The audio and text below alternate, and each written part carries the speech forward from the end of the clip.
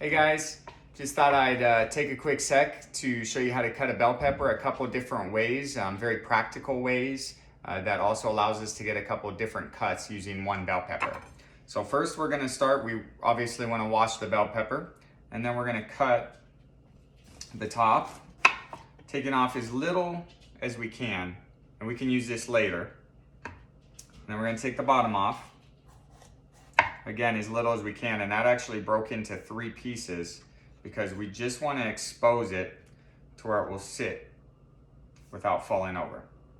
And then I'm going to take my knife and I'm going to kind of watch the pepper and cut around and roll the pepper as I bring my knife into it, exposing all the ribs and cutting those out because obviously we don't want to eat those or the seeds or the stem.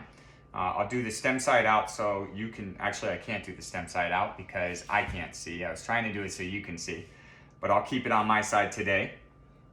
And then I'll cut in, and then you can see it kind of opens up. And then if I tilt my head down and just keep my knife flat and roll the bell pepper, I can get all the ribs out in one piece.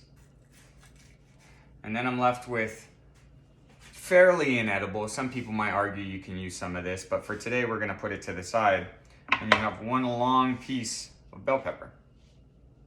And so from here I can cut down and have little slivers or juliennes.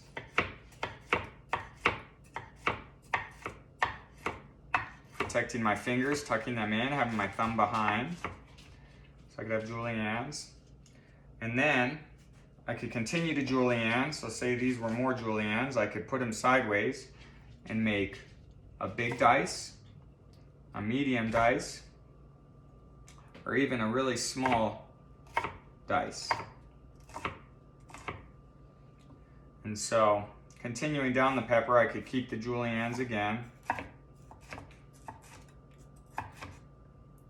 So we have 3 different cuts there, we have one here, or I could turn it 90 and cut really long strips.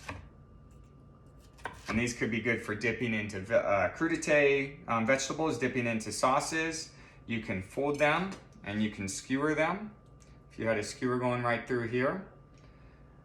Or you could cut these into even bigger dices and roast them to go over cheese, put into salads, skins on so we can blister that. And then the scraps we can blend into soup, or we can cut into small, maybe not as uniform dices. So again, a lot of different cuts, one bell pepper, very distinct different cuts that we can get practically cutting it. Thanks again for checking us out. We'll see